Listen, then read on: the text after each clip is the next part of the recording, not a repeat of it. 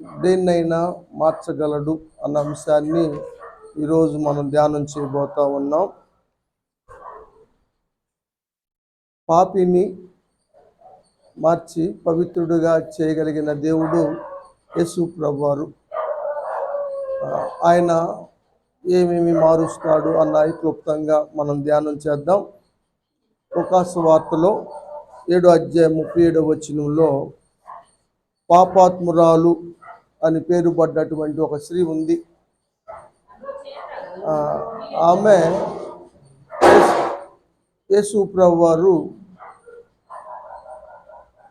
సీమోను ఇంట ఉన్నాడని, పరిసయ్యుడైన సీమోను ఇంట ఉన్నాడని విని ఆమె వచ్చి యేసు ప్రభువారు పాదాలు అత్తరుతో పూసి కన్నీటితో కడిగి తల వెంట్రుకలతో తుడుస్తూ ఉంది. పిలిచినటువంటి పరిసయ్యుడు, ఏంటి అమ్మ పాపాత్మురాలు కదా అని అన్నాడు.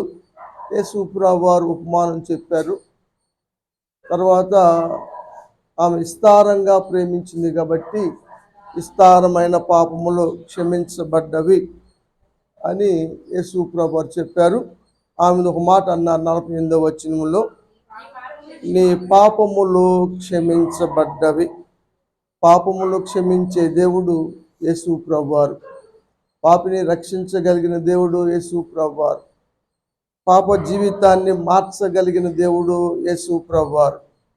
కాబట్టి ఆయన చెప్పిన మాట ఏమిటంటే, నేను పాపుల్ని పిలువవచ్చి తిని, నేను పాపుల కొరకు వచ్చాను అని యేసు ప్రభువారు చెప్పారు. ఎంత ఘోర పాపాత్ములైనా సరే యేసు ప్రభువారు క్షమించగలడు, పరిశుద్ధపరచగలడు, పవిత్రుడుగా చేయగలడు. పౌలు గారు అంటాడు, ప్రధాన పాపినైన నన్ను కరుణించాడు అని పౌలు గారు చెప్పాడు కదా. పేతురు కూడా చేపలు విస్తారంగా పడ్డప్పుడు చూసి, అయ్యా నేను పాపాత్ముణ్ణి, నన్ను విడిచిపెట్టిల్లయ్యా అని అన్న మాటలు కూడా మనం చూస్తాం. 5వ అధ్యాయం ఉంటుంది ఇది లూకాసు వార్తలో. చూడండి, కనిపించిందా? వచనం చెప్పనా? యేసు ప్రభువారు ముందు మోకాళ్ళు వేసి సాగిలపడి, ప్రభువా నన్ను విడిచిపెట్టు, నేను పాపాత్ముడిని చెప్పాడు. అయితే యేసు ప్రభువారు పేతురు పాపాలు క్షమించి గొప్ప అపోస్తులుగా చేసుకున్నాడు, తన పరిచర్యకి వినియోగించుకున్నాడు కదా. నీ మీద నా సంఘాన్ని కడతాను, నువ్వు కెఫా అన్నాడు కదా, నీ మీద నా సంఘాన్ని కడతాను అని చెప్పాడు. కాబట్టి పాపాత్ములైనా సరే దేవుడు క్షమించాడు, పరిశుద్ధులుగా చేసుకుంటాడు, తన పరిచర్యను అప్పగిస్తాడు. పరిశుద్ధుడైన దేవుని పరిచర్య చేయటానికి మనం ఏ పాటి వారం, ఎంతటి వారం అయినా దేవుడు మనకు అట్టి ధన్యతను, భాగ్యాన్ని ఇచ్చినందుకు దేవునికి స్తోత్రం. నా జీవితంలో కూడా మరి నేను పరిశుద్ధుడని ఘంటాపదంగా చెప్పడానికి అవకాశం లేదు.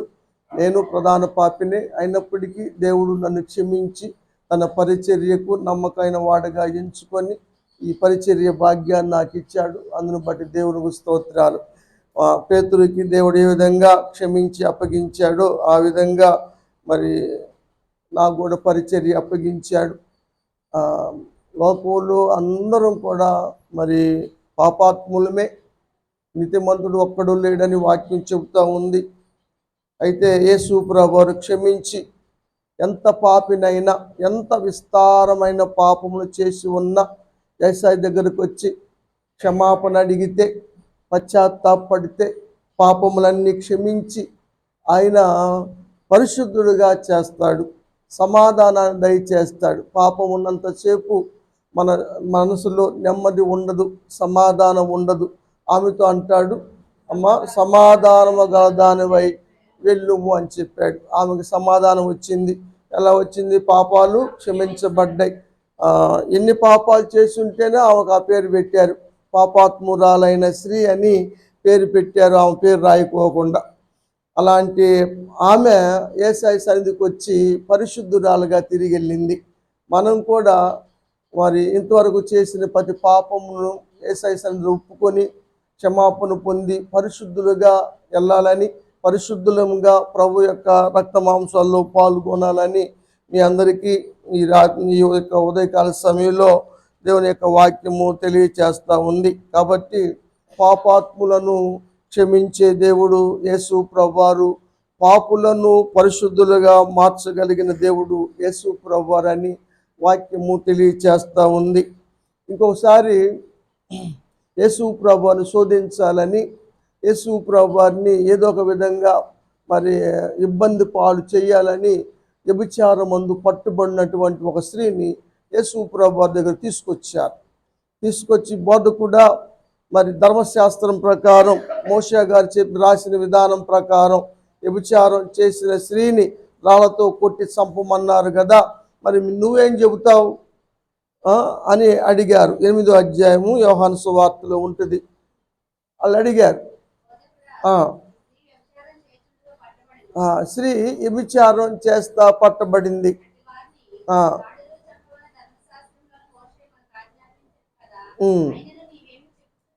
సరే, ధర్మశాస్త్రం పక్కన పెడదాం, మరి నువ్వేం చెబుతావు చెప్పు.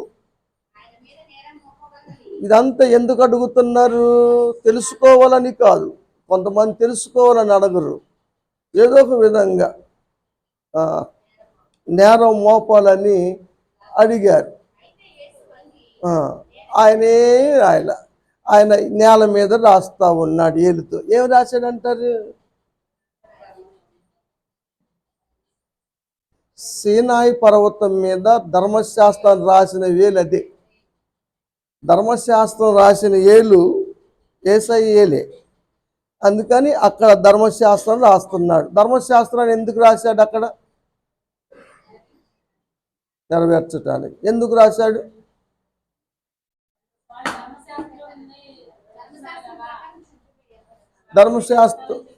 ధర్మశాస్త్రం గురించి అడుగుతున్నారు కాబట్టి, సందర్భం అది కాబట్టి వెళ్తే రాశాడు. ధర్మశాస్త్రం ఏం చెప్పింది? వ్యభిచారం చేసేవాడిని రాళ్ళతో కొట్టమని. ఒక్క అమ్మాయి చేసుకుంటుంది వ్యభిచారం, మరి ఆడేడి?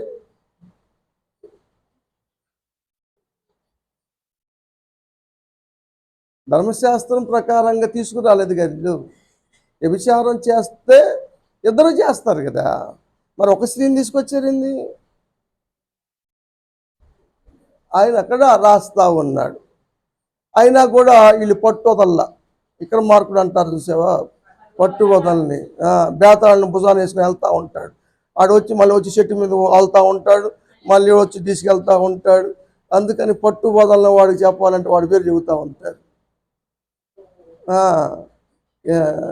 కాబట్టి ఆఖరికి లాస్ట్ దాకా పోరాడుతూనే ఉన్నట్టుగా పట్టు వదలకుండా అడుగుతూనే ఉన్నారు వీళ్ళు. అప్పుడు యేసు ప్రభువు అన్నారు, మీలో పాపం లేనివాడు మొట్టమొదటిగా రాయేమన్నాడు కదా. ఇక్కడ ఏ సన్నివేశం మనం ఆలోచించాలంటే, అందరిలో తప్పులు ఉంటాయి, అందరిలో పాపాలు ఉంటాయి. దొరికినోడు దొంగ, పట్టుపడ్డవాడు వ్యభిచారి అన్నట్టు తప్పులు మోపటానికి మాత్రం అందరూ ముందుకు వస్తారు. తప్పులు ఏలు ఎదుటి వారికి చూపిస్తారు కానీ తన వైపు తిప్పుకోలేరు ఎవరు, తను తాను పరిశీలించుకోరు. క్రైస్తవ జీవితంలో పరీక్షించుకోవటం, తన్ను తాను పరీక్షించుకోవటం యేసు ప్రభువు నేర్పారు కదా. ఎదుటి వారికి ఏలెత్తి చూపించటం కాదు, నువ్వు తీర్పు తీర్చొద్దు అని యేసు ప్రభువు చెప్పారు కదా ఎవరిని కూడా. మరి అది కూడా ధర్మశాస్త్రంలోదేగా, మరి దాన్ని పాటించరు వీళ్ళు. అంటే ఎవరికి అనుకూలమైంది వాళ్ళు మాట్లాడతారనమాట, ఎవరికి అనుకూలమైనవి. అందుకని యేసు ప్రభువు ఆ మాట చెప్పారు. నిజమే, ధర్మశాస్త్రంలో రాయబడిన మాట నిజమే, రాళ్ళతో కొట్టమని. ఒకవేళ రాళ్ళతో కొట్టండి అంటే ఈయనేం ప్రేమ కలిగిన దేవుడు, ఈయనకి ఏం క్షమించే దేవుడు అని అంటారు. డబుల్ స్టేట్మెంట్లు అంటారు కదా, అలా కొట్టొద్దయ్యా క్షమించి వదిలేయండి అన్నారనుకో, ధర్మశాస్త్రానికి వ్యతిరేకంగా బోధిస్తున్నాడు ఈయన అని ప్రధాన యాజకులకు చెబుతాడు. ఏదో ఒక విధంగా చెప్పాలి, నేరం మోపాలన్న విషయంలో. యేసు ప్రభువు అందుకనే మీలో పాపం చేయని వాడు మొట్టమొదటి రాయేమన్నాడు. ఎంతమంది వేశారు? ఎందుకని? మనలో పాపం పెట్టుకుని ఎదుటి వాళ్ళు అంటే ఎందుకురా? మన కుటుంబంలో సమస్యలు పెట్టుకొని ఎదుటి వాళ్ళ కుటుంబాలు ఎత్తి పొడవటం ఎందుకురా? మన కుటుంబంలో జరగలేదు సంగతులు, ఏం జరగలేదా? ఎదుటి వాళ్ళ కుటుంబాన్ని మాత్రం ఆడిపోసుకుంటారు. ఇది క్రైస్తవ జీవితం కాదమ్మా. అది నేర్పుతా ఉన్నాడు. ప్రతిదీ కూడా యేసుప్రభువు వారు నేర్పారు. తర్వాత యేసుప్రభువు వారు తలెత్తి చూసి, అమ్మ వారెక్కడ అంటే, వారంటే ఎవరు? అక్కడ 2 అంకె ఉంది, దాని ఫుట్నోట్లో రాశాడు ఎవరు అన్నది. నేరం మోపిన వాళ్ళు రాళ్ళు తీసుకొచ్చారా కొడటానికి? కొట్టాలని వచ్చారుగా, నీ మీద నేరం మోపారుగా, ఏరమ్మా వాళ్ళు అని అడిగారు. ఎవరు నిన్ను శిక్షించలేదా? లేదు ప్రభు అని చెప్పింది. వ్యభిచారిని అమ్మ అన్న పిలవగలిగిన సంస్కారం యేసయ్యకి ఉంది. గొప్ప దేవుడు. మనం పిలవగలమా? అది ముచ్చుది, నాలుది, ఇలాంటిది అనుకోలేదు, అలాంటిది అనుకోలేదు. మనం వామ్మో గుండెలు తీసిన బంటు అని పాటలు పాడతాం కాదు, కానీ మనం అంటూ ఉంటాం. కానీ యేసుప్రభువు వారు ఎలా అన్నాడు? అమ్మా అన్నాడు. నేను అంటే అర్థం ఏంటి? వాళ్ళు పాపం ఉంది, వాళ్ళు వెళ్ళిపోయారు శిక్షించుకోకుండా. నాలో ఏ పాపం లేనప్పటికి కూడా నేను మాత్రం నేను శిక్షించను, ఇక నుంచి పాపం చేయవద్దని చెప్పి పంపారు, క్షమించారు. ఎంత వ్యభిచారి అయినా సరే యేసయ్య క్షమించే దేవుడు. ఈరోజు మన వ్యభిచార పాపములన్నీ యేసయ్య క్షమించునుగాక. అది తలంపుల్లో ఉందో, చూపుల్లో ఉందో, శరీరంలో ఉందో, ఎలా ఉన్నా యేసయ్య క్షమించునుగాక. ఇక ఈరోజు నుంచి విడిచిపెట్టేద్దాం, వాటిని వదిలేద్దాం. యేసుప్రభువు వారు మత్తయి సువార్తలో చెప్పారు, కొండ మీద ప్రసంగంలో 5వ అధ్యాయం అనుకుంటాను. ఏమ్మా?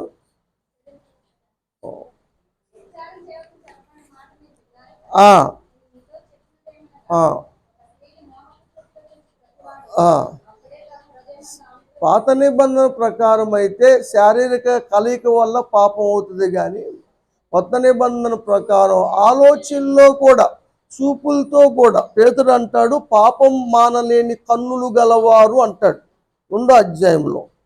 పేతురు పత్రిక 2వ అధ్యాయంలో ఉంది, చూసారా? వచనాలు చూసుకునే బాధ్యత మీదే.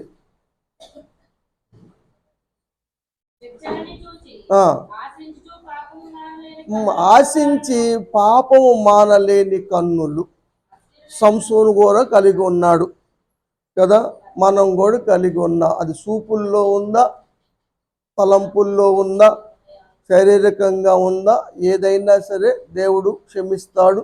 ఈరోజు ఒప్పేసుకుందాం, గత జీవితాన్ని మనం కడిగేసుకుందాం, పాత జీవితాన్ని నుంచి విడుదల పొందుదాం. ఆమె ఆ రోజుతోనే ఈ విచారాన్ని విడిచిపెట్టేసింది, మార్పు చెంది వెళ్ళింది. ఇక ఆమె పాపం చేసినట్టు కానీ చేయనట్టు కానీ లేఖనాలను మనం చూడలేదు, కానీ అంత క్షమాపణ పొందింది కదా, శిక్ష నుంచి విడుదల పొందింది ఆమె కదా. లేకపోతే రాళ్ళతో కొట్టి చంపేసేవాళ్ళు కదా. అంత క్షమాపణ పొందినప్పుడు ఇక చేయకూడదు. మనం కూడా దేవుడి నుంచి ఎంతో క్షమాపణ పొందాం కదా. పాపం విస్తరిస్తూ ఉంటే కృప కూడా విస్తరిస్తూ ఉంది. అయితే పాపం చేయమని కాదు, కానీ పాపాన్ని విడిచిపెట్టమని దేవుని యొక్క వాక్యం చెబుతూ ఉంది. యెరికో పట్టణములో రాహాబు అన్న వేశ్య ఉంది. ఆమె ఒళ్ళమ్ముకొని బ్రతికే స్త్రీ, వ్యభిచారి. అయితే ఆమె దేవుని గురించి వింది, దేవుని గురించిన సత్యాలు తెలుసుకుంది. వేగు చూడటానికి వెళ్ళినటువంటి 2 ఏగులు వారిని ఆమె దాచిపెట్టింది. దేవుని గురించినటువంటి మాటలు వాళ్ళతో మాట్లాడింది. 2వ అధ్యాయం యెహోషువ గ్రంథంలో 11వ వచనం చెప్పిన మాటలు. ఆమె గుండెలు కరిగిపోయి అంట. ఎర్ర సముద్రం చీల్చాడు అన్న మాట విన్నప్పుడు ప్రజలకి ఓగుకు చేసినటువంటి కార్యాలు విన్నప్పుడు ఆమె గుండెలు కరిగిపోయినాయి. ఒక అన్యురాలు వ్యభిచారి గుండెలు కరిగిపోయినాయి దేవుని కార్యాలు అద్భుతాలు చూసి.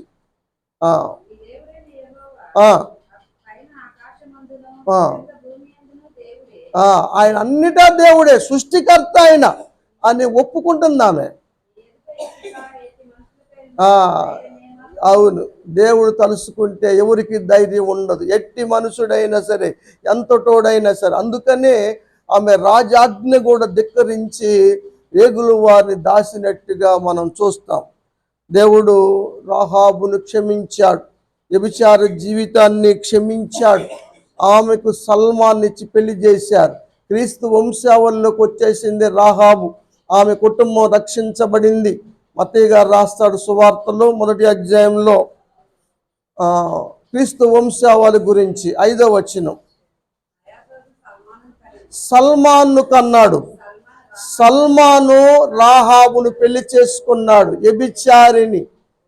వ్యభిచారుగా ఉన్నటువంటి రాహాబు పరిశుద్ధపరచబడింది కదా. శరీరానికి కల్మషం కాదు, ఆత్మ కల్మషం ఉండకూడదు. ఆమె ఆత్మ పరిశుద్ధంగా ఉంది, పరిశుద్ధంగా మార్చబడింది. దేవుని గురించిన భయము ఆమె హృదయంలో ఉంది. దేవుని కార్యాలకు ఆమె గుండె కరిగిపోయింది. బతుకు తెరువు కోసం చేసింది కానీ అది శారీరక సంబంధమైన మనలమే కానీ ఆత్మ సంబంధంగా మనని మామిలో లేదు. అందుకని అది చూసినటువంటి సల్మాన్ ఆమెను పెళ్లి చేసుకున్నాడు. ఆమెకు పుట్టినవాడే బోయాజ్ కదా. ఎంత గొప్ప కుమారుడు పుట్టాడు వాళ్ళకి కదా. దేవుడు ఎంత వ్యభిచారినైనా దేవుడు క్షమిస్తాడు కదా. మన జీవితంలో వ్యభిచారం లేదు అనే అవకాశం లేదు. స్వప్నం ద్వారా, కళల ద్వారా వ్యభిచారం చేసేవాళ్ళు చాలామంది ఉన్నారు. బొమ్మను చూసి వ్యభిచారం చేసేవాళ్ళు కొంతమంది ఉన్నారు. ఆలోచనల ద్వారా వ్యభిచారం చేసేవాళ్ళు, చూపుల ద్వారా చేసేవాళ్ళు. ఈడేం తినేసినట్టు చూస్తున్నాడు అన్నట్టు. విగ్రహారాధన వ్యభిచారంతో సమానం అని వాక్యం చెప్తా ఉంది. మీరు చెప్పినట్లుగా వాస్తవం అది. కాబట్టి ఏ వ్యభిచారమైన పాపం ఉన్నా ఆ ఉదయకాల సమయంలో ఒప్పేసుకొని విడిచిపెడదాం. దేవుడు క్షమిస్తా ఉన్నాడు.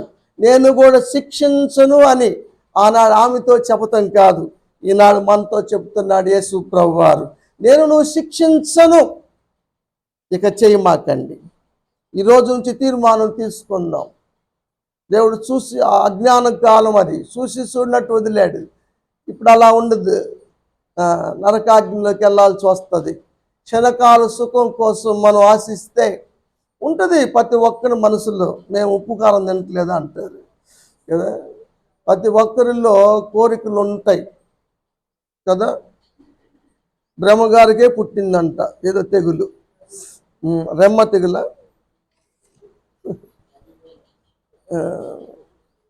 సరే, కాబట్టి మనం చాలా జాగ్రత్తగా ఉండాలి. ఆ విషయాల్లో మనం చూస్తూ ఉన్నాం కదా. ఎంత పాపినైనా దేవుడు క్షమిస్తాడు. ప్రియ దైవ జనాంగమా, మనం పరిశుద్ధంగా ఉండాలని పరిశుద్ధుడైన దేవుడు ఈ లోకానికి దిగి వచ్చి మన స్థానంలో నిలిచి మనం పొందవలసిన శిక్షను, శాపాన్ని, మరణాన్ని పొంది మన మరణం నుంచి దాటించి తన రక్తాన్ని చిందించి ప్రాణాన్ని అర్పించి ప్రాణ విమోచన క్రయధనముగా పాప పరిహారార్థముగా దేవుడు చెల్లించింది. ఎందుకంటే పరిశుద్ధులుగా జీవించటానికి కానీ వ్యభిచారంలో జీవించటానికి కాదన్న సత్యాన్ని మనం ఈరోజు గమనించాలని దేవుడు నాకు, నీకు, మనందరికీ తెలియచేస్తున్న విషయాలు ఈరోజు మనం నేర్చుకుంటూ ఉన్నాం.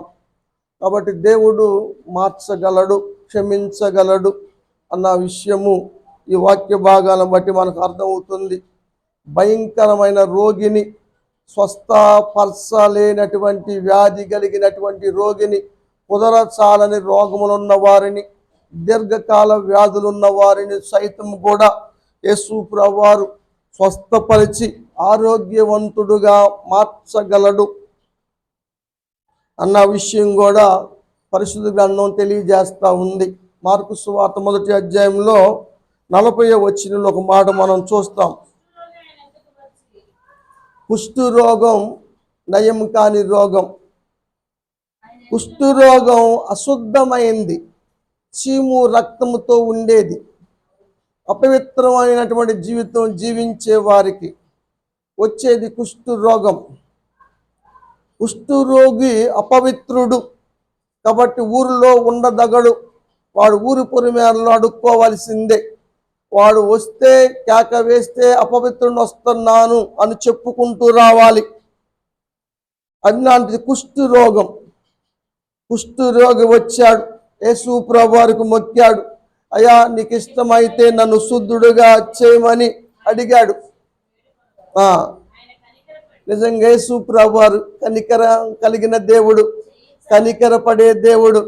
ఆ కుష్ఠు వ్యాధిగ్రస్తుణ్ణి చీము రక్తముతో ఉన్న భాగాన్ని తన పరిశుద్ధమైన చేతులతో పట్టుకున్న ప్రేమమయుడాయన. నువ్వు పట్టుకోగలవా? నేను పట్టుకోగలనా? మనం పట్టుకోగలమండి. చీము రక్తముతో ఒకవేళ గుణద వెళ్తూ ఉంటారు కొంతమంది, వెళ్ళేటప్పుడు కానుకలు వేయటానికి ఆ మెట్ల మీద కూర్చొని ఉంటారు. కుష్టు వ్యాధిగ్రస్తులు అడుక్కుంటూ ఉంటారు, చేతులన్నీ కొట్టుకుపోయి తినేసి ఉంటాయి. వాళ్ళు ఇటు కొట్టుకుంటా చేతులతో అడుగుతూ ఉన్నప్పుడు ఎంతో ఎత్తులోంచి వేస్తూ ఉంటారు, అంటుకుంటుందేమో అని కానుకలు వేస్తారు, అంటుకుంటుందేమో అన్న ఉద్దేశంతో. కానీ పరిశుద్ధుడైన దేవుడు చెయ్యి చాపి కుష్టు వ్యాధిగ్రస్తుడిని ముట్టుకున్నాడు, కనికరం చూపించాడు. నాకిష్టమే. మనం పరిశుద్ధులంగా ఉండటం, శుద్ధులుగా ఉండటం, ఆరోగ్యంగా ఉండటం దేవునికి ఇష్టం. అందుకనే ఆయన శుద్ధునిగా చేశాడు, అపవిత్రుణ్ణి పవిత్రపరిచాడు, అశుద్ధుణ్ణి శుద్ధుడుగా మార్చాడు. దేవునికి స్తోత్రం. ఎంత రోగగ్రస్తుడైనా కంపు కొడతా ఉంటుంది శరీరం కదా. రక్తస్రావం బాధాకరమైనటువంటి వ్యాధి. నిజంగా అదేమో అశుద్ధమైన వ్యాధి, ఇదేమో బాధాకరమైన వ్యాధి. ఆ వ్యాధితో 12 సంవత్సరాలు బాధపడుతున్న ఒక స్త్రీ అన్ని ఖర్చు పెట్టుకొని డాక్టర్ల దగ్గర, వైద్యుల దగ్గర ఎన్నో తెప్పలు పడి స్వస్థత కలక్క యేసు ప్రభువారి గురించి విని, యేసు ప్రభువారు స్వస్థపరిచే దేవుడు అని, ఆయన వస్త్రము చెంగు ముట్టుకున్నా సరే నాకు స్వస్థత వస్తుంది అన్న విశ్వాసముతో జనాల మధ్యకు వచ్చి యేసు ప్రభువారు వస్త్రం ముట్టుకున్న సందర్భం మనకు తెలుసు. మార్కు గారు 5వ అధ్యాయంలో రాశారు, 25వ వచనం. 12 సంవత్సరాలు ముట్టి రక్తస్రావం కలిగినటువంటి స్త్రీ, అనేక వైద్యులు, ఇక్కడ తగ్గపోతే అక్కడ స్పెషలిస్ట్ అంటే అక్కడ. ఎందుకేమైంది? మళ్ళీ ఏ డాక్టర్ మారినా మళ్ళీ అక్కడ అన్ని టెస్ట్స్ చేయాల్సిందే, అన్ని రిపోర్ట్లు మళ్ళీ చేయాల్సిందే. అయినా ఉపయోగం లేదు. ఇప్పుడు సంకట పడింది, మళ్ళీ ఖర్చు పెడతానికి కూడా డబ్బులు లేవు. అప్పుడు యేసు ప్రభువారి గురించి ఉంది. డబ్బులు ఉన్నప్పుడు యేసు ప్రభువారి గురించి పెద్దగా పట్టించుకోరు. డబ్బు లేనప్పుడు యేసు ప్రభువారు గుర్తొస్తాడనమాట. ఇక ఏ పరిస్థితులు లేనప్పుడు దేవుడే దిక్కు అన్నట్టు. యేసయ్య దగ్గరికి గుర్తొచ్చింది ఆమెకి, యేసయ్యని గురించి ఉంది. అయితే విశ్వాసం గట్టిగా నమ్మింది కదా. నయమానేమంటాడు, ఆయన వచ్చి ఆ శరీర భాగం మీద చేపెట్టి ప్రార్థన చేస్తే నేను తగ్గిద్ది అని వాడు అనుకుంటాడు. కానీ ఈమె అనుకుంటుంది, ఆయన చేయి పెట్టకపోయినా నేను ముట్టుకున్నా సరే తేడా ఉంది కదా అని అనుకుంది ఆమె. అనుకొని వచ్చి వస్త్రం ముట్టుకుంది. యేసు ప్రభువారు అడిగాడు, వెంటనే యేసయ్యను ముట్టుకోగానే రక్తధార కట్టెను, బాధ నివారణయను. అది బాధాకరమని 12 సంవత్సరాలు ముట్టి తగ్గని బాధ ఇప్పుడు నివారణ అయింది. యేసయ్య ప్రభావం కలిగిన దేవుడు, ప్రభావం లేని దేవుడు కాదు. ఆయనలో నుంచి ప్రభావం ఎడలింది. ఆ ప్రభావం ఆమెకు స్వస్థత కలిగించింది. ఆ విషయాన్ని యేసు ప్రభువారు అన్నారు, నన్ను ముట్టుకుంది ఎవరు అని అడిగితే, అయ్యా ఇంతమంది పడతా ఉన్నారు మీద, ఇంతమందిలో ఎవరు పడతారని మేము చెప్పగలము అని శిష్యులు అన్నప్పుడు ఆమెకు నేను దాగి ఉండలేను అనుకొని బయటకు వచ్చి తన విషయం అంతా కూడా చెప్పింది. అమ్మా నువ్వు సమాధానంగా దాని వెళ్ళి నిశ్వాసమే నిన్ను బాగు చేసింది అని యేసు ప్రభువారు ఆమెను పంపించారు కదా. రక్తస్రావంతో బాధపడుతూ ఉన్నారు. స్త్రీలలో నిజంగా ఇది ఒక భయంకరమైనటువంటి పరిస్థితి. ప్రాణాలు గర్భసంచిలో నుంచి ఇన్ఫెక్షన్ రావటం ద్వారా రక్తస్రావం జరుగుతూ ఉంటుంది. కాబట్టి ఆపరేషన్ చేసి తొలగించాలి కదా. ఆ విధంగా మరి అమ్మాయి మణికి కూడా ఆపరేషన్ చేశారు, గర్భసంచి తొలగించారు. ఇన్ఫెక్షన్ వస్తే బాగానే ఉంది, స్వస్థ వచ్చింది. మనం ప్రార్థన చేస్తూ ఉన్నాం. ముందుగానే దేవుడు తెలియజేశాడు, చెప్పాను చూయించుకోమ్మా, నువ్వు త్వరగా ఆపరేషన్ చేసుకుంటే మంచిది, లేకపోతే అది క్యాన్సర్గా మారే అవకాశం ఉంది. వాక్యంలో కూడా చెప్పాను, వాళ్ళకి తెలియచేశాను. దేవుని మహాకృపను బట్టి ఇక్కడ మన నందిగాంలోనే శ్యామసుందర్ హాస్పిటల్లోనే జరిగింది. మంచిగా ఉంది. ఇప్పుడు పాసం కానీ వెళ్ళి కూడా ప్రార్థన చేసి వచ్చాం. అందరు కుటుంబ సభ్యులు వెళ్ళి ధైర్యపరిచారు. బిడ్డ భయపడింది చాలా వరకు. ఎంత చెప్పినా కూడా బయట ఉన్న వాళ్ళు చెబుతాం కానీ వాళ్ళు మరి బాధపడుతూ ఉంటారు. అయినా విశ్వాసం ద్వారా మరి కార్యాలు జరిగినట్టుగా మనం చూస్తూ ఉన్నాం. కాబట్టి ఎంతటి భయంకరమైన రోగమునైనా సరే విశ్వాసం ద్వారా మనం స్వస్థపరచుకోవచ్చు. యేసయ్య దీర్ఘకాల రోగములను సరే స్వస్థపరచగలడు అన్న అంశాన్ని ఇక్కడ మనం చూస్తూ ఉన్నాం. ఎంతటి రోగినైనా సరే ఆరోగ్యవంతుడిగా చేయగలడు. అక్కడ ఏం క్షాళింగులు జరగలేదు, మాత్రలు వాడలేదు కదా. మాత్రలు వాడొద్దని చెప్పలేదు కానీ, వైద్యుడు అక్కర్లేదని చెప్పలేదు కానీ, మనం చెప్పాను కదా రోగికి వైద్యుడు అవసరమే అని యేసు ప్రభువు చెప్పారు. హిజ్కియా గారికి క్యాన్సర్ వ్యాధి బాగు చేసినప్పుడు కూడా అంజూరపు ముద్ద కట్టారు రాచపుండికి, ఆ క్యాన్సర్ గడ్డకి కట్టారు. కట్టమని చెప్పారు యేసు ప్రభువు, దేవుడే చెప్పాడు. అది చూస్తానంటే యెషయా గ్రంథం 38వ అధ్యాయంలో లాస్ట్ మాట ఉంటుంది. అంజూరపు ముద్ద తీసుకొచ్చి కట్టినాక స్వస్థ పొందాడు కదా. బాగు చేస్తానని యేసు ప్రభువు చెప్పాడు. 15 సంవత్సరాలు ఆయుష్ ఇస్తానని మాట మనం చూస్తూ ఉన్నాం. కాబట్టి ఎలాంటి రోగమైనా భయపడాల్సిన అవసరం లేదు. యేసయ్య స్వస్థపరిచే దేవుడు.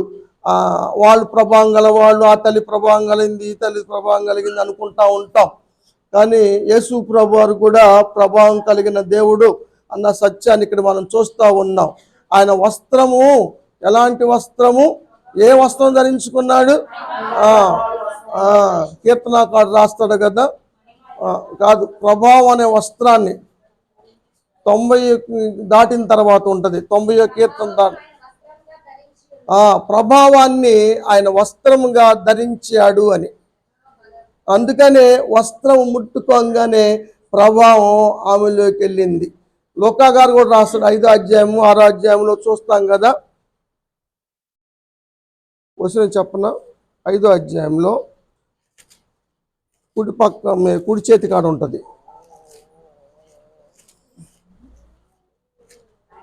6వ అధ్యాయం కానీ ఏమో 17వ వచనం 5:17లో మనం చూస్తాం. ఆయన స్వస్థపరచునట్లు ప్రభు శక్తి ఆనుకుండెను.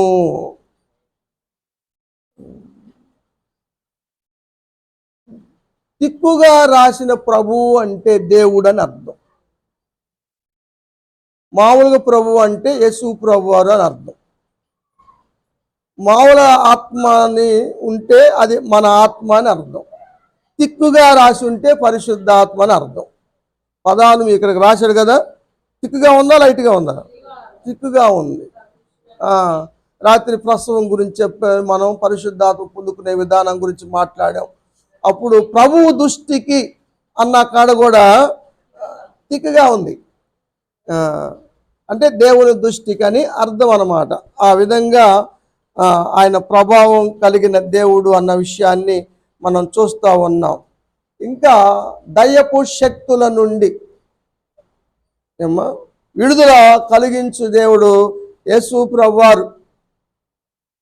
గెరాసేనుల దేశంలో ఒకడున్నాడు. వాడికి ఒక దెయ్యం పట్ల, ఒక దురాత్మ పట్ల శాన అంటే దాదాపుగా 6,000. శాన అంటే 6,000 ఉంటాయి. కానీ ఇక్కడ 2,000 దాకా ఉన్న ఇతనిలో. నీ పేరేంటని అడిగాడు యేసు ప్రభువారు. అయితే వాడిని ఎవరు సాధుపరచలేకపోయారు. 5వ అధ్యాయం 4వ వచనంలో ఏముందంటే, సంఖ్యలతో బిగించారు, తెంచేసేవాడు. అక్కడ రాయబడిన మాటల్లో వాడిని ఎవరు కూడా సాధుపరచలేకపోయారు. ప్రపంచంలో ఎవరు సాధుపరచలేని వ్యక్తులను యేసు ప్రభువు సాధుపరచగలడు. ఎవరు ఏ డాక్టర్ గారు స్వస్థపరచలేని వ్యాధిని డాక్టర్ గారు చేతులు ఎత్తేసిన వ్యక్తులను కూడా యేసయ్య బతికించగలడు, స్వస్థపరచగలడు. ఎందుకంటే ఆయన ప్రభావం కలిగిన దేవుడు అన్న సత్యాన్ని మనం ఈరోజు నేర్చుకుంటా ఉన్నాం. ఎంతటి దయ్యపు శక్తులైనా సరే యేసు ప్రభువారు మరి విడుదల దయచేయగలరు కదా. బతిమిలాడుతూ ఉంది, ఎల్లగొట్టొద్దని బతిమిలాడుతూ ఉంది సాతాను. దురాత్మలు దురాత్మలు అన్నవి సాతాను అనుసరులైన దూతలు. సాతాను అంటే లూసిఫర్, కెరూబు, ప్రధాన కెరూబు లూసిఫర్గా మారాడు. సాతాను వేరు, దయ్యాలు దురాత్మలు వేరు. ఈ దురాత్మలకి దయ్యాలు హెడ్, బాస్ సాతానుడు. ఒక్కోసారి సాతానుడే వస్తాడు. దయ్యాలు వచ్చినా, వాడు అనుసరులు వచ్చినా, వాడు వచ్చినా సరే స్వస్థపరచగలిగిన దేవుడు యేసు ప్రభువారే కదా. ఈ దగ్గర ఎంతమంది ఉన్నారు? అడుగుతున్నారు, అయ్యా మేము ఆ పందుల్లోకి వెళ్తాం, మాకు సెలవు ఇవ్వమని యేసు ప్రభువుని అడుగుతా ఉన్నాయి శానా దయ్యములు. ఇంచుమించు 2000 దయ్యాలు ఉన్నాయి. ఆ 2000 దయ్యాలు, దురాత్మలు, అపవిత్రాత్మలు ఆ పందుల్లోకి వెళ్ళిపోయినాయి. అవి ఒడిగా పరిగెత్తికెళ్ళి చచ్చిపోయినాయి, ఉబ్బి నీళ్ళలో పడిపోయి. వాళ్ళకి పందులు ముఖ్యం, వాళ్ళు పందులు కాసుకునేవాళ్ళు. గరాసేన దేశంలో వాళ్ళకి పందులు కావాలి. అయ్యా మా ప్రాంతాన్ని విడిచిపెట్టయ్యా అన్నారు కదా. వాడు దెయ్యం పట్టిన వాడు స్వస్థసిద్ధుడయ్యి బట్టలు కట్టుకొని వాడు కూర్చొని ఉంటే వాడు చూసి ఆశ్చర్యపడ్డారు. వాళ్ళకి స్వస్థతల కన్నా కూడా, బాగుపడటం కన్నా కూడా పందుల వ్యాపారం మిగులు విలువ. అప్పుడు యేసు ప్రభువారు అన్నాడు, దెకపోలి అంటే 10 పట్టణాలు కలిసి దెకపోలి అంటారు. అక్కడ పోయి నీ గురించి దేవుడు చేసిన కార్యాలు చెప్పమన్నాడు, సాక్ష్యవంతమైన జీవితాన్ని కనపరచమన్నాడు. ఆ విధంగా 10 పట్టణాల్లో అతడు సాక్షిగా నిలిచినట్టుగా పరిశుద్ధ గ్రంథంలో మనం చూస్తూ ఉన్నాం. దయ్యపు శక్తుల నుంచి విడిపించగలిగిన డాక్టర్ లేరు కదా. యేసు ప్రభువారు మాత్రమే స్వస్థపరచగలరు. 18 సంవత్సరాలు ముట్టి సాతాను బంధించింది, దెయ్యాలు కాదు బంధించింది, సాతాను అసలుడు. లూసిఫర్ అన్నది ఎబ్రీ భాషలో పదము. దాన్ని తర్జుమా చేసి ఏం రాశారు? తేజో నక్షత్రము అన్నారు కదా. యెషయా గారు అన్నాడుగా, నువ్వు ఎట్టపడ్డావు, తేజో నక్షత్రమా, వేకో చుక్క అని. వాడు అన్నింటానికి డూప్లికేట్. ప్రకటన గ్రంథంలో ఏకూ చుక్క అని ఎవరికి ఉంది పేరు? యేసు ప్రభువారికి ఉంది. ఈ డూప్లికేటెడ్ 10 దానికి ఒరిజినల్కి కదా. మీకు బాగా తెలుసు, 5000 షేర్ మీరు కొనుక్కొస్తే 500లతో ఏమో కొనుక్కొచ్చింది. Same to same. ఉతికి నాకు తెలిసిద్ది అనుకో.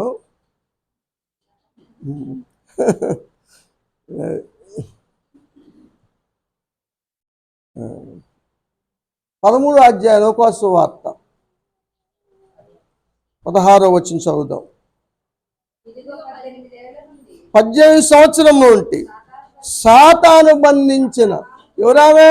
అబ్రహాము కుమార్తె కూడా, అంటే విశ్వాసుల కుమార్తె, విశ్వాసిని సైతం కూడా బంధించింది కదా. అది ఆ కట్ల నుంచి యేసు ప్రభువారు మాత్రమే విడిపించగలిగాడు. దేవునికి స్తోత్రం. దయ్యపు శక్తుల నుంచి అయినా, సాతాను శక్తుల నుంచి అయినా విడిపించగలిగినటువంటి దేవుడు యేసు ప్రభువారు. సంపూర్ణమైన ఆరోగ్యవంతులుగా చేయగలిగిన వాడు యేసు ప్రభువారు. పాపములను క్షమించి పాపిని పరిశుద్ధులుగా మార్చగలిగిన దేవుడు యేసు ప్రభువారని పాపాత్మురాల స్త్రీ ద్వారా మనం నేర్చుకున్నాం. వ్యభిచారమందు పట్టబడినటువంటి స్త్రీని క్షమించటములో, ఇక పాపం చేయొద్దని చెప్పటములో యేసు ప్రభువారు వ్యభిచారిని క్షమించిన విషయాన్ని మనం నేర్చుకున్నాం. రాహాబు వ్యభిచారిని క్షమించి సంసారిగా మార్చిన దేవుడు ఆయన కదా. సల్మాన్ ఇచ్చి పెళ్లి చేసి మంచి కుమారుడు బోయాజునిచ్చాడు. క్రీస్తు వంశావళిలో చేర్చుకున్న దేవుడు ఆయన. కాబట్టి ఎంతటి పాపులనైనా సరే క్షమించగలిగిన దేవుడు యేసు ప్రభువారు, ఎంతటి రోగినైనా సరే స్వస్థపరచగలిగిన దేవుడు యేసు ప్రభువారు అన్న సత్యాన్ని మనం నేర్చుకుంటా ఉన్నాం. ఇంకా మరణించిన వారిని సైతం సజీవుడిగా చేయగలిగిన దేవుడు యేసు ప్రభువారు. లాజరు కదా, మార్తా మరియ కుటుంబాన్ని యేసు ప్రభువారు ఎంతగానో ప్రేమించాడు. యేసు ప్రభువారు కబురు చేశారు, మార్తా మరియ, అయా నువ్వు ప్రేమించిన రోగి అయి ఉన్నాడయ్యా అని వర్తమానం పంపితే ఆయన రాలేదు. లాజరు చనిపోయాడు. సమాధి చేశారు. 4వ రోజున యేసు ప్రభువారు వస్తున్నారు. వచ్చినప్పుడు మార్త వచ్చింది ముందు. అయ్యా నువ్వు ఉంటే నా సహోదరుడు బతికే ఉండేవాడు. ఎంత నమ్మకమో. యేసయ్య ఉంటే, యేసయ్య ఎక్కడ లేడంటారు? యేసయ్య అంతటా ఉన్న దేవుడు, అంతటా ఉండే దేవుడు. సృష్టి మొత్తం ఆయనదే కదా. సర్వంతర్యామి, సర్వశక్తిమంతుడు, ఆయన అంతటా ఉండే దేవుడు. ఆయనకు అసాధ్యం అన్నది లేదు అన్న సత్యం మనకు తెలుసు. ఆమంటుంది. అప్పుడు ఆయన అన్నాడు, నీ సహోదరుడు మరలా జీవిస్తాడమ్మా, పునరుద్ధానం జీవం నేనే ఆయన చెప్పాడు ఆయన. అప్పుడెప్పుడో లెగుస్తాడులే అయ్యా అందామా. మరియమ్మని పిలిపించారు. మరియమ్మ కూడా వచ్చి ఇదే మాటలు అంది. సమాధి కాడికి వెళ్ళారు. యేసు ప్రభువారు ప్రార్థన చేశారు.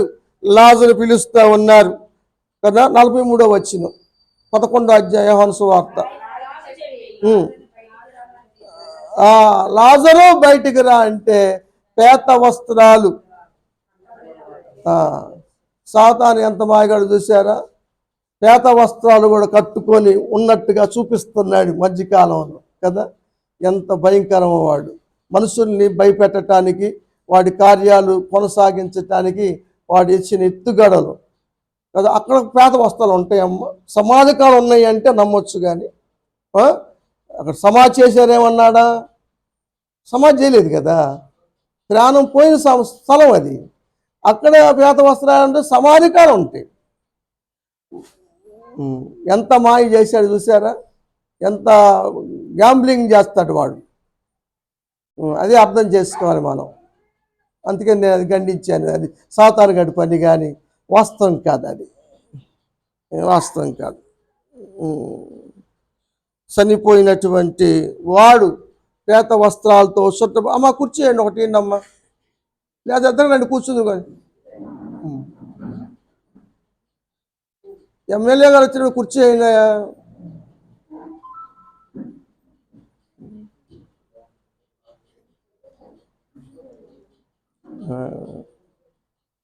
చనిపోయినటువంటి లాజరు గారిని కూడా యేసు ప్రభువారు సజీవుడిగా చేసినట్టుగా పరిశుద్ధ గ్రంథంలో మనం చూస్తూ ఉన్నాం. అవును. ఆ రాయి తీయొద్దటది మార్త. నమ్మితే నువ్వు మహిమ చూస్తావని చెప్పలేదా మార్త అని యేసు ప్రభువారు చెప్పారు కదా. ఆయనే పునరుద్ధానం జీవము కదా. నరకం పాతాళము నుండి, నరకము నుంచి తప్పించగలిగిన దేవుడు యేసు ప్రభువారే కదా. ఆయనతో పాటు సిలువేయబడినటువంటి దొంగల్లో కుడివైపున ఉన్నవాడు, తను జ్ఞాపకం చేసుకోమని అడిగినవాడు, యేసు ప్రభువారు ఏ నేరము చేయలేదని ఒప్పుకున్నవాడు, నోటితో యేసు ప్రభువారు పిలిచినవాడు కదా. ఆయనకు రాజ్యం ఉందని గుర్తించినవాడు, మరలా ఆయన సజీవుడిగా వస్తాడు, ఆయన రాజ్యంతో వస్తాడని విశ్వాసం ఉంచినటువంటి రెండవ దొంగ, నరకానికి వెళ్ళకోకుండా తనతో పాటు పరదేశినిచ్చినటువంటి గొప్ప దేవుడు యేసు ప్రభువారు. దేవునికి స్తోత్రం. యేసయ్య గొప్పతనాన్ని గుర్తించండి. ఆయన మహిమ ప్రభావం కలిగిన దేవుడు ఆయన కదా. కొలతలు తీర్చగలిగిన దేవుడు కదా. అబ్బాసు పాలు కావలసినటువంటి వివాహాన్ని శబాష్గా చేయించిన దేవుడు కదా. తన మహిమను బయలుపరిచి నీళ్లను ద్రాక్షారసంగా మార్చిన దేవుడు యేసు ప్రభువారు. లేకపోతే ఏమైపోయేది? ఏడకం వెళ్తున్నారు, తిప్పుకుంటా ఊపుకుంటా వెళ్తున్నారు, మేకే లేదు అక్కడ. వెళ్ళేవాళ్ళు చెబుతారు వాళ్ళు, వచ్చేవాళ్ళు టామ్ అయిపోయేది. కానీ అసలు అయిపోయిన సంగతి తెలియదు, వచ్చిన సంగతి తెలియదు, ఆ ద్రాక్షారసం ఎక్కడి నుంచి వచ్చింది తెలియదు. దేవుడు ఆ విధంగా జరిగించి ఏందిరా నీ గొడవ ఏంటి?